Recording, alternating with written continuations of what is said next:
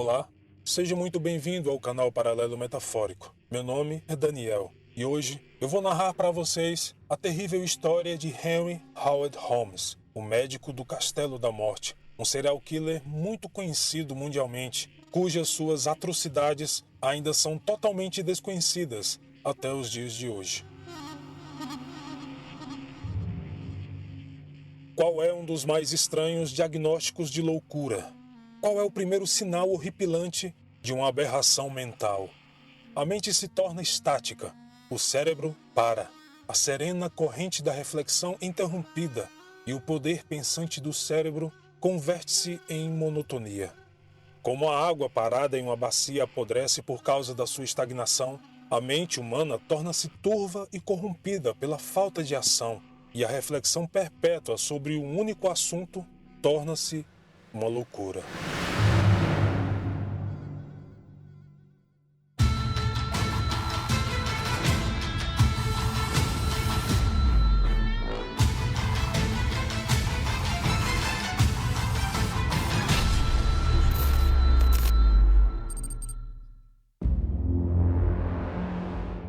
Hoje em dia, a maioria das pessoas não tem medo de monstros.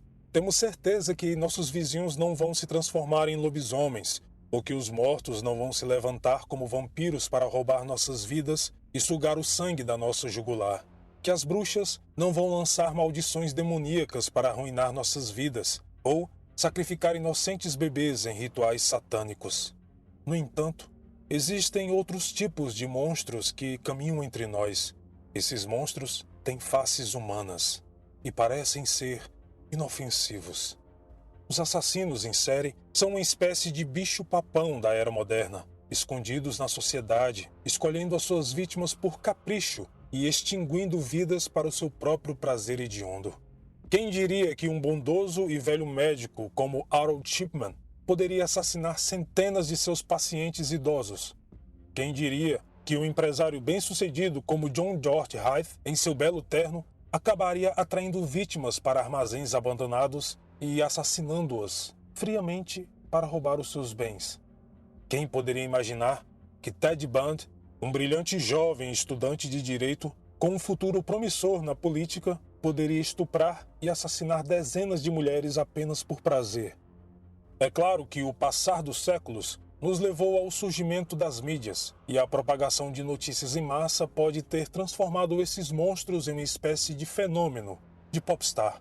Na Inglaterra vitoriana, por exemplo, foi Jack, o Estripador, tido como o primeiro serial killer a atingir este nível de notoriedade. Na década seguinte, um assassino ainda mais prolífico e assustador se tornou provavelmente o primeiro serial killer americano proeminente. Um homem que mataria não por paixão, mas simplesmente porque era mais conveniente para ele que você estivesse morto. O nome pelo qual ele se tornou famoso foi um que ele deu a si mesmo: Dr. Henry Howard Holmes.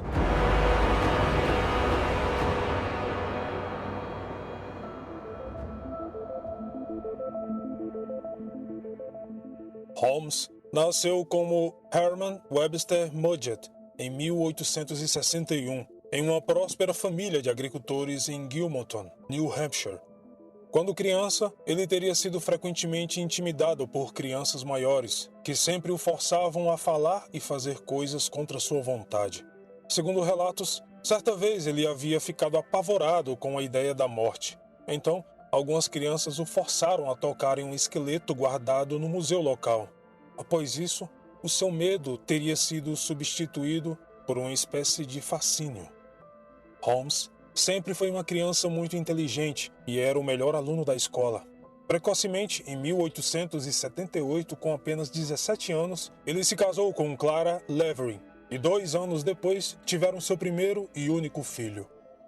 A família de Clara era rica e pagou para que Holmes pudesse estudar medicina na Universidade de Michigan, onde se formou em 1884. Na faculdade, ele começou sua carreira secreta como criminoso, e Henry Howard Holmes foi o nome que ele escolheu para o seu projeto e seus desejos mais sombrios. Como estudante de medicina, Holmes tinha acesso a cadáveres que eram usados para dissecação em estudos. Ele tirou vantagem disso, fazendo apólices de seguro de vida para indivíduos fictícios, e em seguida mutilando os cadáveres e usando-os para obter uma certidão de óbito que poderia usar para reivindicar o tal seguro falso. Com que frequência ele fez isso é algo desconhecido, pelo menos uma vez, possivelmente muito mais. Ele era inteligente o suficiente para evitar ser pego por excessos, e por isso deve ter tido muito sucesso no que fazia. Depois que se formou, sua esposa e filho voltaram para New Hampshire, mas Holmes não os acompanhou. Em vez disso, ele simplesmente os abandonou, sem mais nem menos, indo morar sozinho em Chicago. Esta cidade seria sua nova casa e, mais tarde, um terreno frutífero de caça durante a década seguinte. Em Chicago, ele tentou continuar com seus golpes com seguros de vida falsos, mas não conseguiu. Holmes então tentou um negócio legítimo e montou uma empresa que fabricava máquinas copiadoras, mas foi um fracasso. Em 1886, ele se tornou balconista de uma farmácia e completava sua renda com pequenos esquemas fraudulentos.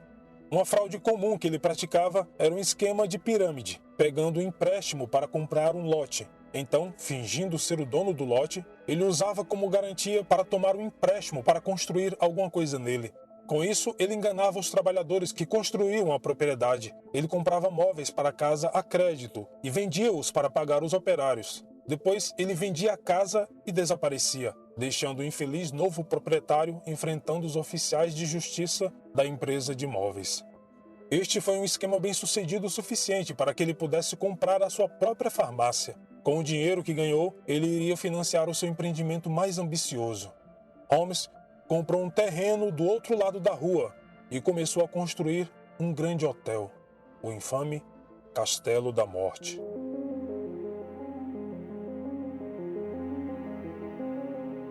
Em 1887, ele se casou novamente, desta vez com uma mulher chamada Myrta Belknap, e só entrou com um pedido de divórcio de Clara algumas semanas depois, e mesmo assim, nunca se preocupou em acompanhar e finalizar o processo. Enquanto sua esposa morava no subúrbio, ele bancava um amante que morava em cima de sua drogaria, e mais tarde, no castelo. Uma mulher chamada Julia Connor, que deixou o marido para ficar com Holmes. Claramente, como vemos, ele tinha o poder de convencer as pessoas a fazer tudo o que queria. Os seus dois principais cúmplices eram Minnie Williams e Benjamin Pitzel, que pareciam estar em total controle de Holmes. Pitzel era seu assistente nos frequentes esquemas de fraudes em seguros de vida, e os dois costumavam pagar a fiança um do outro quando eram presos. Minnie era uma simples professora, que se apaixonou por um jovem inteligente e arrojado que conheceu no Mississippi anos antes. Holmes convenceu a mulher a viajar e se encontrar com ele, e chegando em Chicago, ela começou a participar dos seus esquemas e pequenos crimes financeiros. Minnie frequentemente escrevia para sua tia dizendo que havia se casado com Holmes, embora isso possa não ser verdade. O que provavelmente é verdade é que Minnie teria levado Holmes a cometer, muito provavelmente, o seu primeiro assassinato, matando a agora inconveniente amante Julia e sua filha, para abrir caminho para a mais jovem e atraente Minnie. A mulher então chamou a sua irmã mais nova para morar com eles, mas logo depois que a irmã chegou, ela desapareceu. Holmes diria mais tarde que Minnie teria assassinado a própria irmã em um acesso de ciúmes, mas isso nunca foi provado. Várias outras jovens também trabalharam para Holmes, ou passaram a ser suas amantes durante esse período. Todas elas desapareceram no Castelo da Morte para nunca mais serem vistas. A esta altura, o castelo era, visto de fora, um edifício cinza bastante feio, com 3 andares de altura e quase 100 quartos no total. No andar térreo, ele era dividido em lojas, e Holmes transferiu a sua farmácia para uma delas. Os outros 2 andares eram ostensivamente um hotel, incluindo um grande apartamento para o próprio Holmes morar. Enquanto se caminhava pelo hotel, no entanto, podia-se sentir certa sensação de inquietação no ar. O layout do prédio, em suma, era uma espécie de labirinto, com inúmeros corredores e diversas escadas que se conectavam a lugar nenhum. As paredes tinham dobradiças que poderiam ser movidas para reorganizar o layout das salas e algumas portas se abriam para paredes com tijolos. Isso ocultava as salas secretas, que eram espalhadas por todo o edifício. O lugar era prova de som e não tinha janelas. Uma passagem secreta que corria ao longo do segundo andar tinha uma rampa de madeira que descia direto para o porão, que era extremamente espaçoso, e outras rampas semelhantes foram colocadas em outras partes do lugar.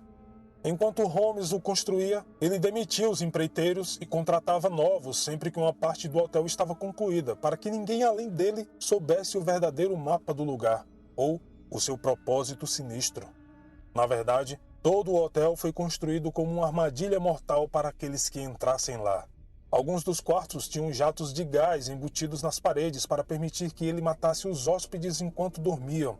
Outras paredes tinham conexões secretas com salas à prova de som, para onde Holmes levava os seus convidados ou suas infelizes funcionárias a fim de torturá-las antes de matá-las.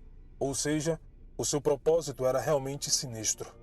Mesmo tendo assassinado provavelmente mais de 200 pessoas em apenas um ano, entre 1892 e 1893, Holmes nunca foi suspeito de ser um assassino na época. A verdade é que Chicago, naquele tempo, era uma cidade composta principalmente por viajantes. A grande feira mundial estava na cidade e o lugar estava cheio de curiosos vindos de todos os cantos do país. A maioria das pessoas que Holmes contratou ou os hóspedes que ali ficaram foram todos mortos.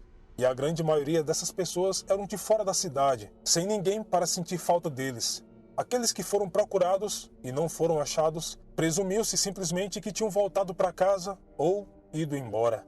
Holmes tinha o talento de identificar e persuadir mulheres com muito dinheiro, mas o lucro era apenas uma parte do seu plano. Ele tinha uma obsessão pelo ocultismo e acreditava que poderia adquirir algum conhecimento estudando a arte de matar. O castelo então se tornou um local de experiências terríveis, de dor e miséria humana nas salas à prova de som, enquanto outros residentes viviam alheios aos acontecimentos. As vítimas de seus assassinatos foram jogadas em uma das várias rampas para o porão, onde Holmes descartava os cadáveres, às vezes queimando-os ou jogando-os em poços de cal virgem para que seus restos fossem corroídos, embora algumas fontes afirmem que ele vendia os corpos para universidades de medicina como indigentes. Apesar do sucesso de seus esquemas anteriores e do dinheiro que ganhou fraudando seus empregados e roubando suas vítimas, Holmes não podia realmente pagar pelo seu castelo. Na verdade, ele nunca pagou. Somente os móveis usados para decorar o lugar custaram mais de $50.000 e Holmes nunca pagou por eles. Em novembro de 1893, ele incendiou o castelo a fim de cobrar uma apólice de seguro de $60.000, mas um investigador suspeitou dele e frustrou sua trama. Alegando um incêndio criminoso e solicitando o valor a ser restituído pelo seguro que havia contratado poucos meses antes, Holmes deixou alguns rastros e o investigador do governo o encontrou, descobriu onde ele estava morando e foi até sua casa. Chegando lá, Holmes não estava e o investigador confrontou Minnie Williams e ameaçou a mulher dizendo que o seu marido seria preso. Pressionada, ela entregou a apólice de seguro em troca dele desistir da investigação. E assim foi feito.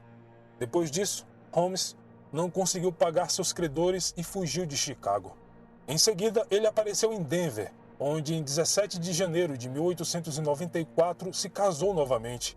O mais incrível é que Minnie Williams foi uma das testemunhas deste casamento, e Holmes pode tê-la convencido de que era tudo parte de um grande plano, uma nova fraude. George Anne York, a mulher com quem ele se casou, era uma garota de Indiana que ele havia conhecido vários anos antes. Na época, Holmes parece tê-la cortejado de maneira respeitável e começaram um romance. Com a sua peculiar arte de enganar, ele fez a moça ficar perdidamente apaixonada por ele. George parece ter sido leal a ele, pelo menos por um tempo, e ele parece ter realmente se apaixonado por ela. Bom, pelo menos à sua maneira. Infelizmente para a pobre Minnie Williams, isso significava que ela agora era inútil e algum tempo depois desapareceu misteriosamente, muito provavelmente assassinada pelo próprio Holmes. Para sobreviver, o homem parece ter recorrido novamente a pequenas fraudes. Em junho daquele ano, ele foi preso por passar um cheque sem fundo e, enquanto estava preso, cometeu o erro de se tornar amigo de seu colega de cela, um homem chamado Marion Hedpath. Os dois conversaram bastante e Holmes contou sobre as suas fraudes. Hedpath deu a Holmes o nome de um advogado, dizendo que ele o ajudaria a faturar muito dinheiro com fraudes em seguros de vida. E assim que Holmes foi libertado, ele e seu leal cúmplice Benjamin Pitzel se encontraram com um tal advogado e começaram a traçar um plano. O esquema era o seguinte: eles afirmariam que Pitzel era um famoso inventor da Filadélfia e fariam um seguro de vida para ele. E então iriam forjar a sua morte em uma explosão que o deixaria irreconhecível, usando o cadáver de um mendigo. Holmes, no entanto, parecia estar cansado de seu cúmplice e decidiu aumentar o realismo da cena, matando o próprio Pitzel com explosivos. Com isso, ele foi capaz de reivindicar o dinheiro do seguro, algo em torno de $10.000. No entanto, Holmes prometeu pagar $500 a Redpath e não fez. Algum tempo depois, quando Redpath leu sobre a morte de Pitzel, ele reconheceu o esquema e decidiu notificar as autoridades, na esperança de obter clemência em seu próprio caso. Holmes foi forçado a fugir novamente. Vale salientar que após a morte de Pitzel, alguns acontecimentos se desenrolaram de uma forma muito estranha, pois Holmes conseguiu convencer a esposa e viúva de Pitzel a fugir com ele. Em certo ponto, durante essa fuga, enquanto estavam hospedados em uma estalagem, Holmes assassinou 3 dos 5 filhos da senhora Pitzel, talvez achando que eles estavam o atrasando. Ele disse à mulher que os havia enviado para ficar com uma tia em Indianápolis. Ninguém sabe por que ele fez isso e quais eram seus reais planos, ou mesmo por que ele deixou a senhora Pitzel e seus outros 2 filhos irem embora. Bom, o certo é que Holmes foi finalmente capturado pela polícia em Boston em 17 de novembro, cerca de 2 meses após a morte de Pitzel. Primeiramente, ele foi detido por um mandado pendente do Texas por ter roubado um cavalo, mas os detetives rastrearam sua trilha e encontraram os corpos das 2 filhas de Pitzel, que estavam em uma cova em Toronto, enquanto os ossos de seu irmão foram encontrados em um fogão em Indianápolis. Como resultado, Holmes foi levado a julgamento por assassinato. A senhora Pitzel e seus 2 filhos sobreviventes também foram interceptados pela polícia em Boston. Ela ainda não sabia da morte do marido, pois Holmes havia dito que ele estava se escondendo em Londres, e quando ela descobriu que ele e 3 de seus filhos estavam mortos, ela resolveu testemunhar contra ele. Então, ela e George foram testemunhas-chave no julgamento e condenação de Holmes. O homem pediu para conduzir sua própria defesa, algo muito comum na época, e sem dúvida, ele estava certo de que poderia manipular o júri com a mesma facilidade com que manipulava todos os outros que cruzavam seu caminho. Entretanto, desta vez, ele estava errado.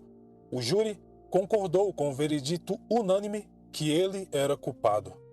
Após sua condenação, Holmes confessou mais 30 assassinatos em Chicago, embora algumas das pessoas que ele disse ter matado ainda estavam vivas. Essa confissão veio na forma de um furo jornalístico, isso mesmo, onde ele vendeu a sua história para um jornal pelo valor de $7.500. Mesmo atrás das grades, Holmes tinha necessidade de lucrar, até mesmo com a sua própria tragédia. Desde que foi julgado na Filadélfia, nenhuma investigação oficial sobre os seus assassinatos em Illinois foi realizada. Mas o Castelo da Morte, em Chicago, apesar de ter sido incendiado, foi meticulosamente investigado. A polícia logo descobriu as passagens escondidas, as rampas para o porão e uma cova. Os ossos misturados e mutilados de cerca de 30 vítimas diferentes foram encontrados. Nos 18 meses seguintes, Holmes alegaria ser inocente e, mais tarde, ele afirmou que havia sido possuído pelo próprio Satanás. Nada disso mudou em sua sentença, e em 7 de maio de 1896 ele foi finalmente executado por enforcamento. Apesar de a grande mídia tentar provar a todo custo que Holmes assassinou muito mais pessoas e ter traçado um número com cerca de 200 mortes, tudo ficou como estava. A cobertura da mídia na época foi intensa, e Holmes logo foi absorvido pelo folclore americano. Ele foi tido durante muito tempo como o primeiro serial killer americano, embora outro assassino, o Samuel Green, tenha na verdade este mérito, agindo 70 anos antes. Holmes chegou até mesmo a ser acusado de ser Jack o Estripador, embora isso nunca tenha sido provado de fato. Realmente, H.H. Holmes se tornou um modelo para muitos vilões de filmes, e a sua simplicidade, calma, inteligência e poder de persuasão moldou e mudou para sempre a percepção do público sobre como seria um serial killer. Depois de Holmes, percebemos que o verdadeiro monstro, ao que parece, é alguém que caminha entre nós, com uma sede de sangue em seu coração, mas não em seu rosto. E é isso o que realmente assusta. Bom, este foi o vídeo de hoje, espero imensamente que tenha gostado. Não se esqueça de se inscrever no canal, caso não seja inscrito, deixar o seu like, comentário e compartilhar este vídeo com seus amigos. Aqui na descrição do vídeo você encontrará os links para todas as nossas redes sociais, bem como a nossa campanha do Apoia-se, onde com o valor de apenas R$ 2 você ajudará o canal e ganhará um e-book de Jack o Estripador. Logo abaixo do nome Paralelo Metafórico tem o botão Seja Membro, onde você pode contribuir para a continuidade do nosso trabalho. Aqui também na descrição você encontrará todos os apoiadores do canal Paralelo Metafórico. É de extrema importância que você siga os nossos apoiadores, pois estamos unidos para mostrar ao YouTube que o nicho terror e mistério tem espaço, tem vez, tem público e é necessário. Vão lá e se inscrevam. Bom, no mais é isso. Muito obrigado pelo carinho e atenção de todos. Não se esqueça de me seguir no Instagram, @Paralelo Metafórico. E como sempre, nos vemos nos comentários. Até mais.